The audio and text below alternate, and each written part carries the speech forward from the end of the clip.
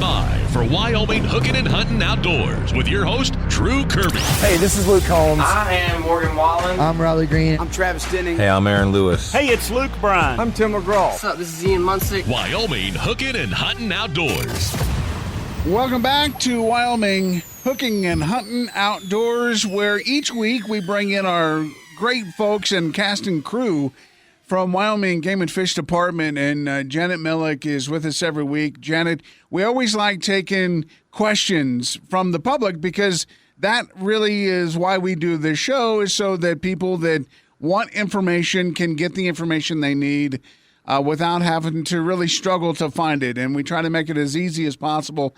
So if you go to the radio station app and you send us a message of a question you have for Game and Fish, then we'll get it answered, and we'll bring in the pros to get it done, Janet. Absolutely. And, you know, one of the things that I want to remind people, and I know we always say it, is don't hesitate to call or to come in to the offices. That's what we're here for, and we love to help. But sometimes I know people don't want to do that, or maybe they're embarrassed or just don't have the time. And so sending Drew that question is really helpful for us, and we're here to try to get people the information that they need. We're to the point of the year that if you're not an ice fisherman and you don't upland bird hunt, you're kind of in a lull, except for small game. That's right. And, you know, one of my favorite things to cook is small game. And so it's always a fun thing to kind of get out, learn some new things. It is a great way, Drew, to get the kids involved. It is a neat thing to kind of gauge their interest on whether or not they're going to want to be hunters, and really encourage them to try some new things and just to get outdoors. So whether you cook,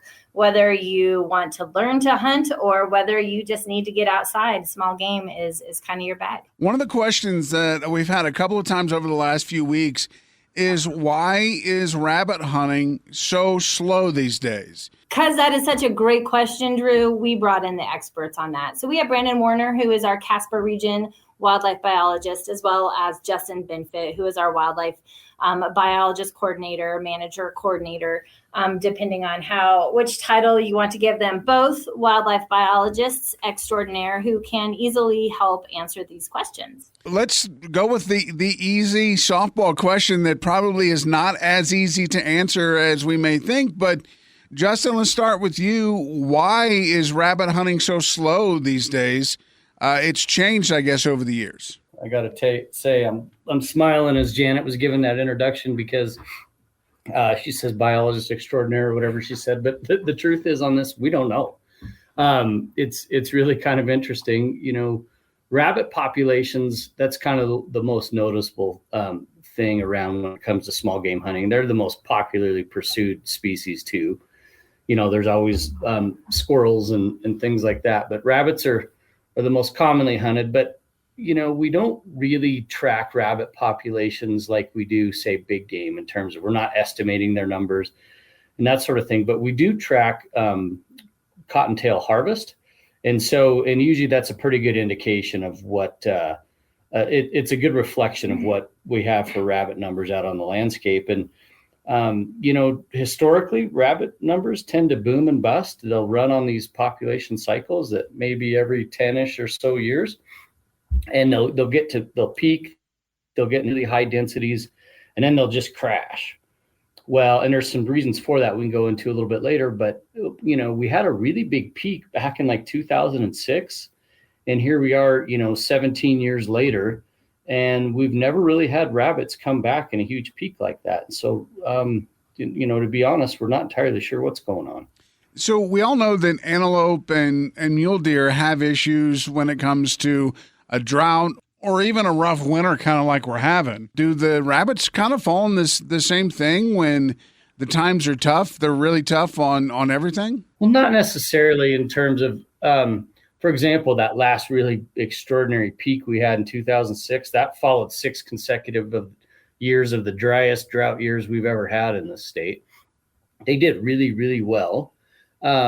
And then they just gotten these super high densities. And when they get in those really high densities, what'll happen is the most common disease that comes in through is called tularemia.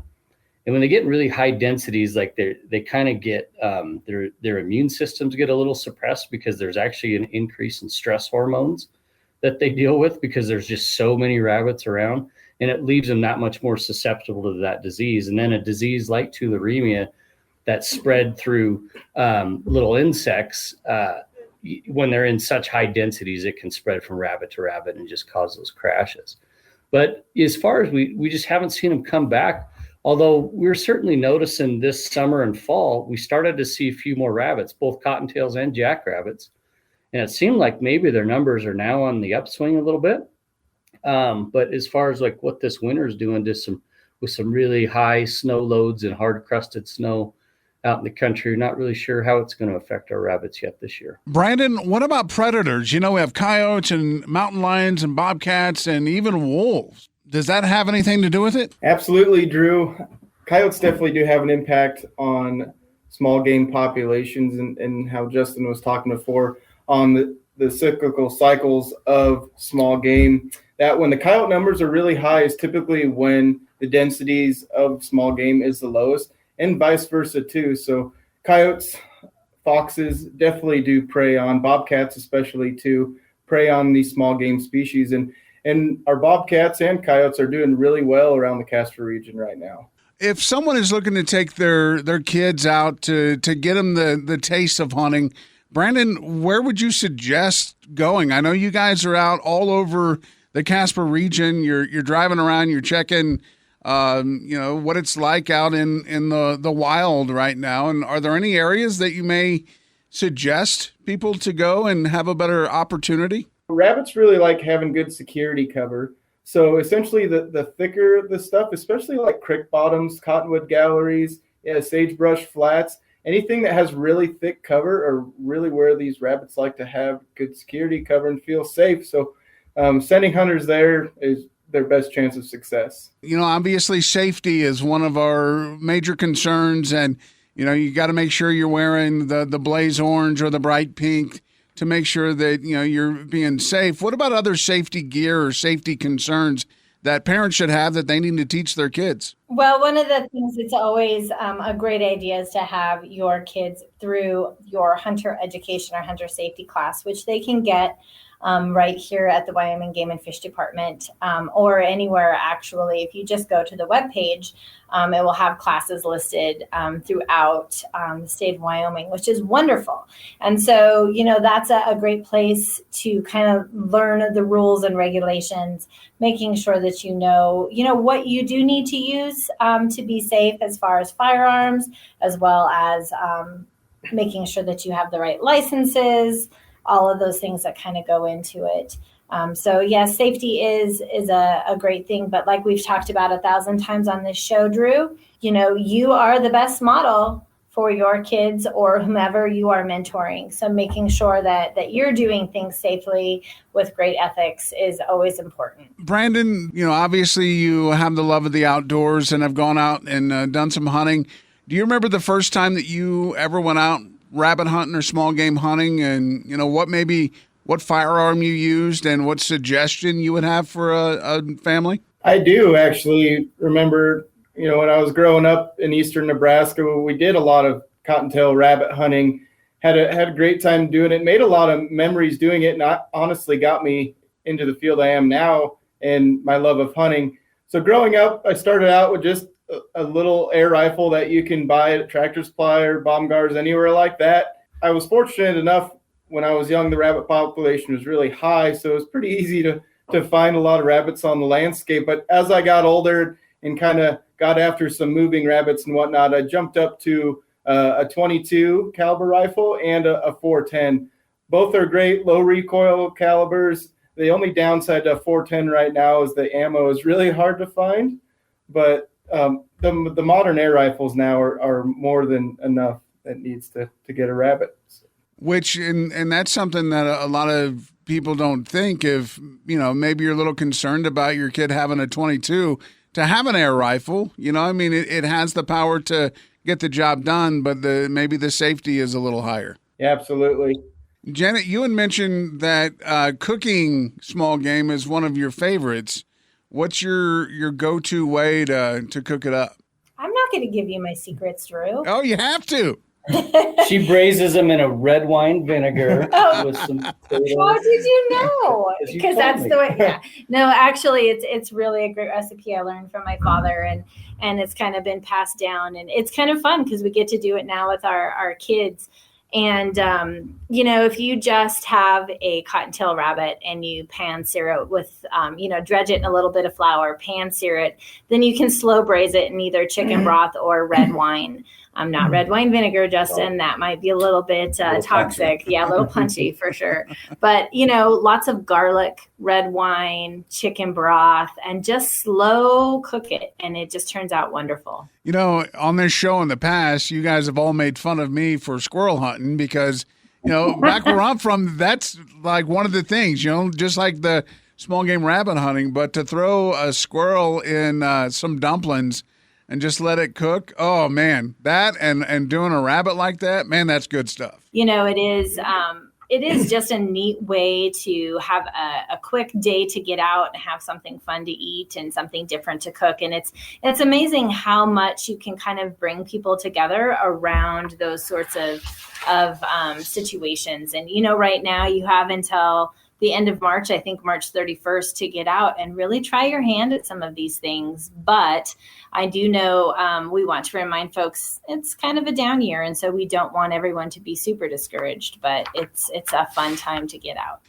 Justin, one thing that I've noticed, and obviously you can't shoot a rabbit in town, but there are a lot of the rabbits that seem to be very domesticated almost, to where there's no sense of fear in these rabbits. And is that just because of they're living in the neighborhoods, or could something be wrong with that rabbit?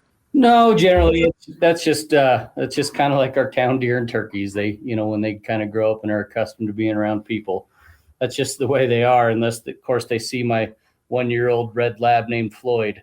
He'll clear your neighborhood out of rabbits real quick. So well, send them over because they're all over. I'm telling you.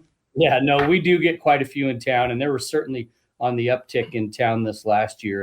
And of course, they can be hard on gardens and things like that. We'll get some calls from time to time on that. About the only thing you can really do is recommend you kind of fence out your garden with some chicken wire. They're mostly cute and cuddly, and folks like seeing them. Right, but they're not a danger to anything but your petunias in your whatever garden you have. Well, not really, but rabbits can carry disease, and so they certainly can have pretty high flea loading and things like that. So if you find dead rabbits, then most of the time the disease they carry that I mentioned earlier is tularemia. I mean, that's something you would want to use some proper safety precautions with if you're handling them. Tularemia is a bacterial disease, so it's something that could be potentially transmitted to people as well. So. And of course, as we've mentioned multiple times, if you have any more questions about a small game, any kind of game, you can get a hold of Justin, Janet, Brandon, or anyone at Wyoming Game and Fish Department to get the ball rolling on getting your question answered. Justin and Brandon, thank you so much. Now, Janet, I need you back in just a second. Grab Brian Olson. We've got a question about wild game meat. It's coming up. It's Wyoming Hooking and Hunting Outdoors. Thanks so much for tuning in. Of course, you can listen to our past episodes by clicking the on-demand button on the radio station's app. Janet Millick, Brian Olson with us this morning, and there's been a topic in the news lately. We've all heard about it. The meat that you harvest. You go out, you kill an animal, you process it. Janet, then what can you do with that? Well, it turns out, Drew, you can't do much with it beyond helping yourself.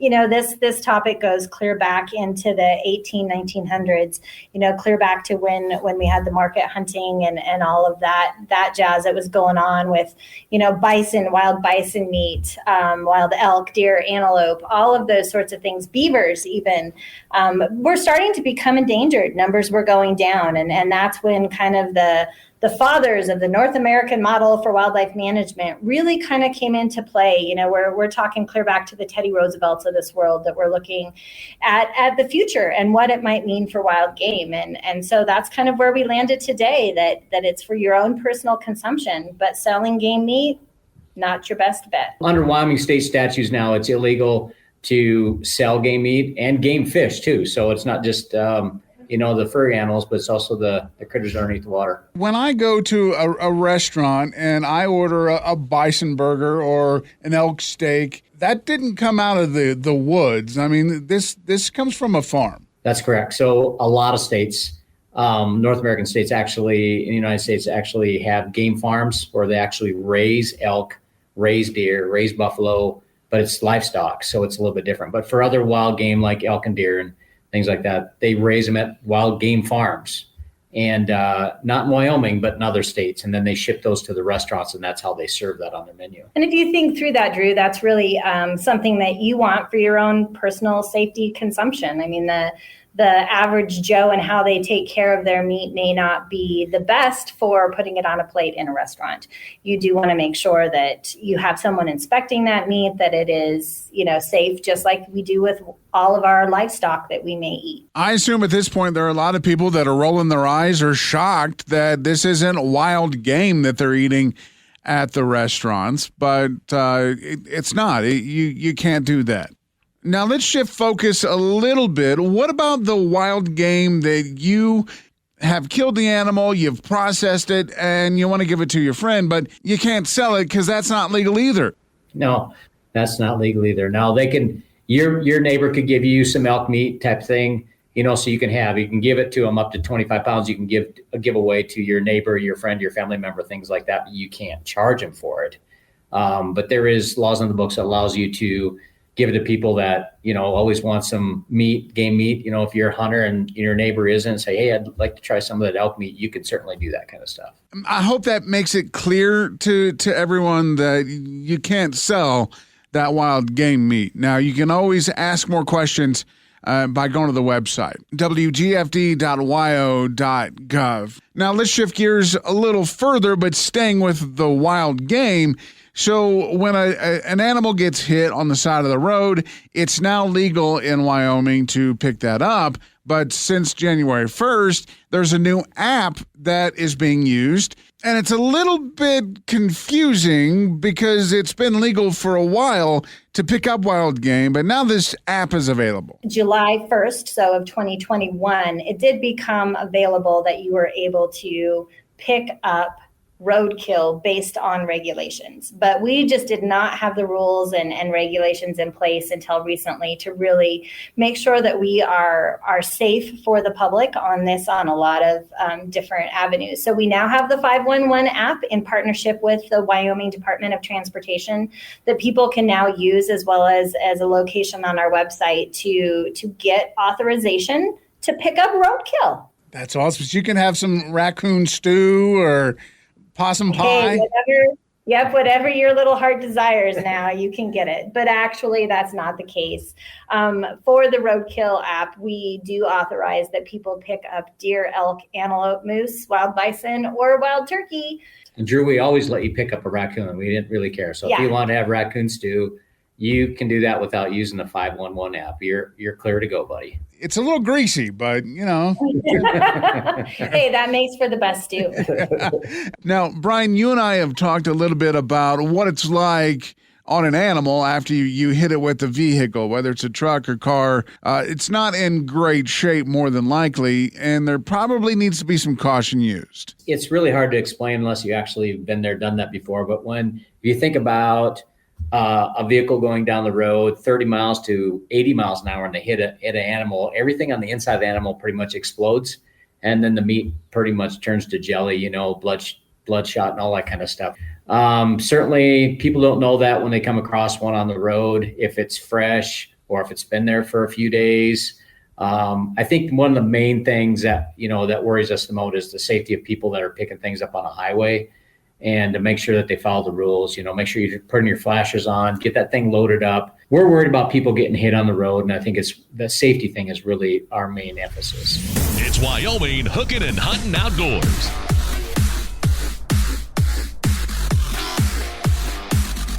It's Drew and Brian Woodward from Rocky Mountain Discount Sports, where it's your one-stop shop for everything you need for the outdoors.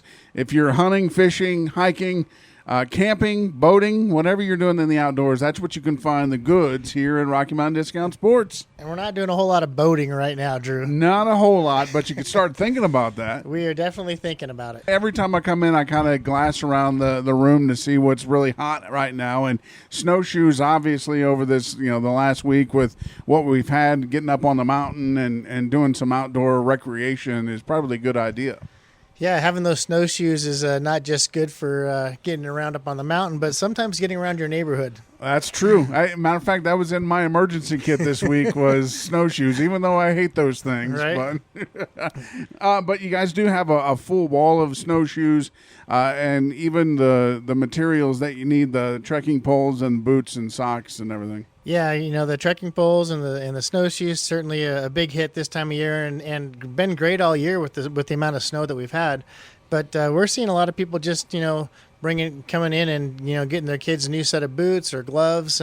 Those kids tend to lose those gloves pretty frequently. So, we're seeing a lot of cold weather gear moving out the door. One of the things that I have looked over the last 30 years, the Casper weather has been on a downturn for 25 years. And then all of a sudden, the last couple of years, it's really picked up. So those people that maybe haven't purchased new boots for the last 10 years should probably start thinking about that if it's going to turn this way.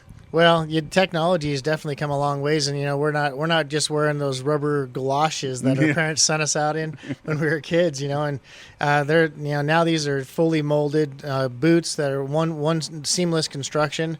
Some of these boots are rated to minus 40 degrees, so they're made for the weather that we're experiencing. And I really like the companies that produce these boots stand behind them enough that if you have them for a year and something goes wrong, they're going to back it up. Yeah, we deal with quality manufacturers, and they're standing behind their stuff. We rarely ever see any problems, and usually when we do, it's certainly an abuse situation. But when there is a problem, they're definitely helping us out and taking care of customers. That definitely is something that I want to hit on again. Is you may come into the store and think discount sports, but really, what you're getting is quality of everything that you need, and that's what you guys stand by here too, is the fact that you're getting good stuff. You're not going to have to change it out in 3 weeks. Yeah, I like to think even like on a hunting backpack, we're going to carry the name brands like the top of the line like Mystery Ranch, but we're going to try to give you a good and better and a best scenario, so it'll hit multiple budgets, but it's also the lower budget's still going to be a great quality pack that you're not going to have to replace after 2 years. And that's what I also like, is if you're a weekend warrior, if you're only going hiking or going hunting maybe 1 weekend out of 3 months, you don't want to have to spend $400 on a pack, but you have the price ranges that are at the lower end too. Yeah, and that's definitely means a lot to me because, over the years, I've spent a lot of money on just real cheap, maybe just online, it was a great deal. And then you're like, well, that didn't last a full season. Seams are coming undone and stitching or zippers aren't working. And now we're dealing with manufacturers that, for one, are building a great quality item, but they are standing behind their product as well. And families can get it all here too. You want your family to be decked out in good quality stuff, good boots, good clothing, good products. You can get the whole family something here at Rocky Mountain Discount Sports. We're back to talk getting ready for spring fishing in just minutes.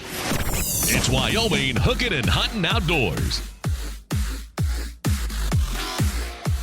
And we're back sitting with Brian Woodward from Rocky Mountain Discount Sports. Ice fishing's been a little off, and man, there are a bunch of people jonesing because of how bad it's really been. Yeah, it's just the uncertainty of even being able to get anywhere close to the lake is pretty tough, and pretty much every road out of Casper for this last week has been shut down at one point or another, if it's not still shut down. And the snow and the wind has just really created havoc, especially if a guy that's trying to get out to Pathfinder, those county roads.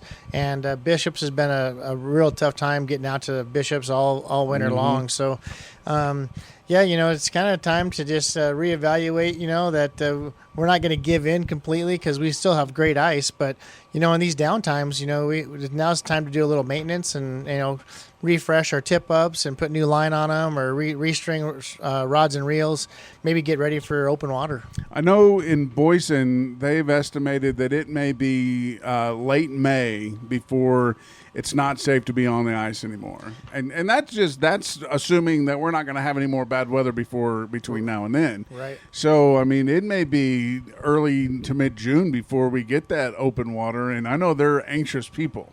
Yeah, we'll have open water somewhere. It may not be right in our backyard, but we'll have water that we can get to. And yeah, talking about Boyson, I had a friend of mine that was over there last week, and it took every bit of their auger to get through the ice. So most of those augers are 30, 36 inches. Yeah, so, well, I know at one point the ice was thick enough that they opened an ice skating rink, and it has to be 2 feet for them to do that. So in that particular area, right, 2 feet of ice is a lot of ice. Yeah, and that was pretty cool to go on to the Boyson State Parks web or Facebook page, and that was a really neat rink that they set up there, and I guess they're doing free rentals and ice skates and hockey sticks and all kinds of stuff. So while Dad and Mom are out ice fishing, you could send the kids over and play some hockey and skate. I mean, that's pretty neat. Let them get some exercise. Yeah. Wear them out a little bit. Everybody knows you can't go out and run around in this stuff, so that's a great way to use that. Right. And we have talked a lot about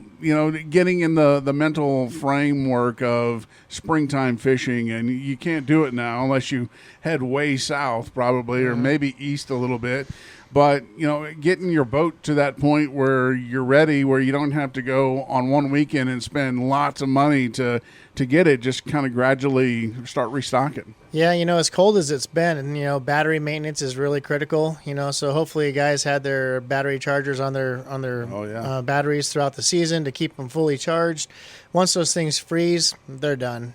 So and batteries have been kind of tough to get. So making sure that you get a good charge on batteries, and I like using this time to go through all my crankbait boxes and all my storage units and get those Plano boxes, open things up, make sure that if I got rusted hooks, I'm replacing rusty hooks, labeling each one of those Plano boxes so I know that I've got number 4 Sawmill Hornets or number 5 Flicker Shads, and get them real specific so that when I'm on the lake, I'm not having to dig through multiple boxes to find what I'm looking for. When you go through a situation like that, do you have one section that is one bait? And then, or do you kind of mix and match? I mean, it's personal preference, I assume. Right. But, you don't want to have to open 4 or 5 different boxes if you're changing things up. But yeah, I've got an older 620 Ranger boat, and what I've kind of come to really like using is Plano makes a plastic, storage container. It's a 3700 series. It's called the 534. So it's got five compartments that you can divide out. And they're thin. I like using the thin boxes, and I can stack all of one particular size and flavor, right? So if I'm going to pull number 5 Flicker Shads, I can pull the box out, and they're all full of Flicker Shads, and I can start sorting through colors and see which one's working best as I'm on the water. I also kind of to take a mental note of, I had a glass perch one that was really working well, and I don't have any more because I snagged them all up last year. So kind of give myself a laundry list of what I need to pick up before open water season starts again. And then really, if you come in, you don't have to buy everything at once, kind of like I was saying, but you could also get one type, and then, because you start getting questioned when you're spending hundreds of dollars at one time in February for fishing gear, right? Yeah, and I think, at one point or another, you go to a certain body of water, you kind of tend to, maybe you're fishing Pathfinder, and you typically are pulling baits in less than 20 feet. So, some of the deep diving cranks that I would maybe take over to Lake Oahe or, bigger bodies of water, I'm going to pretty much leave those at home. So I want to be able to have them organized enough where I can swap tackle in and out. And the other thing is if I'm fishing with somebody, I've got these travel bags that I've got picked up over the years, and they hold those Plano boxes really nice. So I can, if I'm going to go jump in the boat with somebody, I can grab 15 or 20 of those different boxes that I want to use and try while I'm on my buddy's boat, so I'm not losing his gear. Right. So when you think about how you're going. You're talking about the baits, and what about the hooks? I mean, how many different sizes, gauges, and different types do you go? Do you stay with one particular brand because you like that, or? No, I mean, most companies, have done their research, I think, and I haven't really experienced like saying that a certain brand, I have to change out their hooks. Now, there are some people that get pretty into that, and they're like, well, no, I have to use a number 6 Gamakatsu treble hook, and that's the only one that'll work.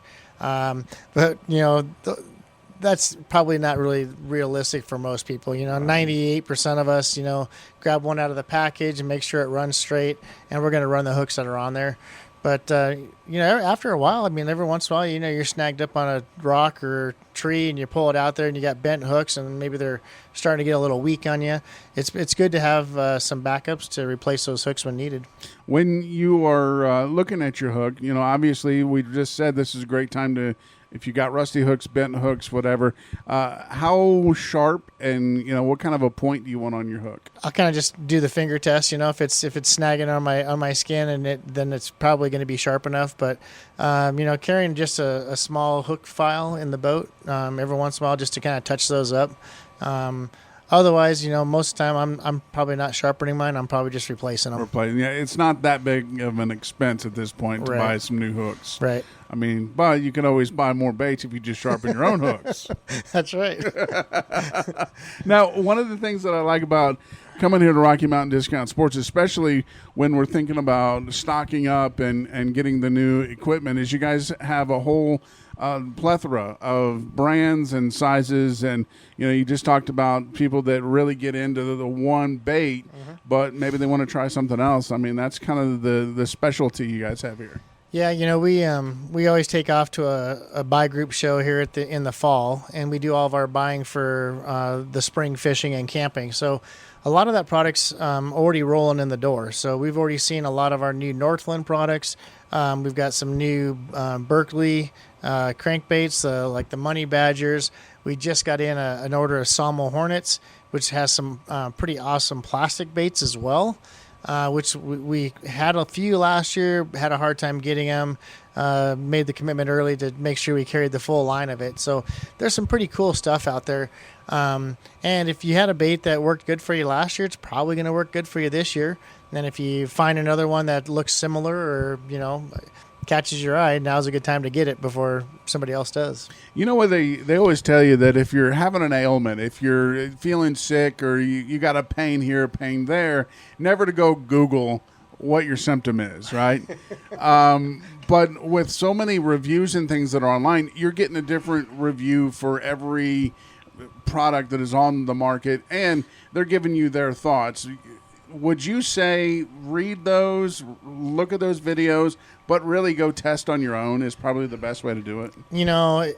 I usually kind of just listen to customers and friends of mine that are and what they're doing, but you have to be confident in what you're doing, right? So, and I think I've mentioned this before, but I've got a couple of friends that they have all kinds of really cool tackle, and they definitely like trying it out. And I'm usually there at the lake to just catch fish. So, if I go down to Glendo, I mean, if I'm just casting maybe a 1/4 ounce jig head with a white twister tail, I'll swim that sucker all day long, and my buddies will be out there changing their baits every 5 casts, and I'm catching another one and they're catching another one. And they're like, what are you using? And I'm like, a white twister tail. And then I'm like, you want one? No, I got one. I'm going to keep trying this other stuff. I'm like, that's fine, but, there's more than one way to catch a walleye, obviously. Find a way that you like, and then maybe expand on it. So if you like pulling cranks, and a new one comes out, like this new Berkeley Money Badger, it's kind of cool. And you got some colors that you think work pretty well down at Glendo. Maybe they're perch or crappie or they're shad colors. Maybe try a couple of them, but generally what happens is, after you find one that works pretty well, then you're like, well, I'm going to try this color now. I'm going to try this color next. And so, I mean, I think you have to put everything to the test yourself, and you have to be confident in it, because just because your buddy's catching them on flicker shads doesn't mean that you're not going to catch them on, glass shad wrap or palas, So, using that I guess the testing ability that you have, you can come in and you don't have to buy 18 packs of the same one. Buy 18 packs of different ones and find out which ones that you really like. Now, you did mention walleye, and the walleye banquet is coming up for the North Platte walleyes in April 15th. Right? We are just about sold out. So if you have some buddies and want to grab a table, you can come see me here at Rocky Mountain Discount Sports. But you're going to want to get those sooner than later, because we're going to have about 350 people at this banquet, and I think there's less than 5 or 8 tables left. And you have the Stampede that's starting in May. I think is your first one's at Glendo. Yep. And you still taking some registrations for that? Oh, yeah. May 15th is our first event down there. And we've already got about 40 teams signed up. So it looks like it's going to be another good season with good numbers of teams. And last year you had well over 100 at a couple of those Glendo ones, I think, didn't you? I think we were like 140 at the first one and maybe 149 at the second one, somewhere in that ballpark. Yeah. So, and I have a feeling that this year the fishing is going to be better than last year. So, between the water levels and just kind of what we saw, even through the ice and just into the fall fishing, there's a lot of fish in there, and the Game and Fish is doing a good job of managing those numbers. And I got a feeling that Glendo is going to be spectacular this next year. One more thing on the North Platte walleyes is you guys have raised money throughout the years with these banquets. You give fishing poles to kids and a lot of the organizations that you guys have, any of the fishing days, you do that. But one of the things you guys have been waiting on, we're going to talk in detail about next week, because you're actually going to get to see them in action with the new, the hatcheries. Yeah, so the Game and Fish, I think they're in their second year. Maybe this is going into their third year, but they started a walleye rearing program out at Spee's Fish Hatchery. So they've been raising walleyes just out of basically what they're called stock tanks. They're called larva tanks, I think. And so they've had 2 tanks. They're averaging about 120,000 walleyes being raised and released in Wyoming from those 2 tanks. And so talking to the Game and Fish, we wanted to be able to use some of these funds that we're raising at these banquets and put it towards things that are going to help with enhancing walleye fishing throughout the state. And so we really couldn't think of a better way to support our efforts and Game and Fish's efforts than to help purchase a couple of these tanks. So working with Lars out there at Spee's Fish Hatchery, they just got the tanks in last week, and we're going to be going out hopefully next week. They've got them all plumbed in. They're running water through them, and once the spring hits and they get some open water, then the Game and Fish will actually go out and net some walleyes. They'll milk them, collect their eggs, and then they'll raise walleyes here at the Spee's Fish Hatchery. Which is very cool. And so if you've been thinking about going out to the North Platte Walleyes Banquet, then, that's where your money's going. A lot of it is anyway. But next week we'll talk more about that one. It's Wyoming Hooking and Hunting Outdoors. Thanks for listening to Wyoming Hooking and Hunting Outdoors. I'm Drew, your host. You can go to our app and ask us a question for any of our guests, Game and Fish, Brian from Rocky Mountain Discount Sports, or our guest today, Travis Glasgow. And Travis is an artist from Casper that is really spreading his wings, and he uses wildlife. Now, Travis, how would you describe your art? So they're animal landscapes, so wildlife and landscapes. So I take most of the landscape pictures. I don't take most of the wildlife pictures. I source those. Those are just public domain images. But I'm a landscape photographer, so I combine my photography with my graphic design. I've been a graphic artist for about 20 years and just kind of dabbled in it. And then about 5 years ago, I really kind of found this niche as far as, combining wildlife and landscape images. Has it always been something that you've been interested in, even as a young artist? Yeah, so I really started it when I was probably, 18 years old. I'm 41 now. And so I've been doing it for quite a while. I like this type of art because you're using the Wyoming landscape and the Wyoming wildlife and combining it. You don't really see that a whole lot. I mean, it's pretty tricky. It's like any other art form.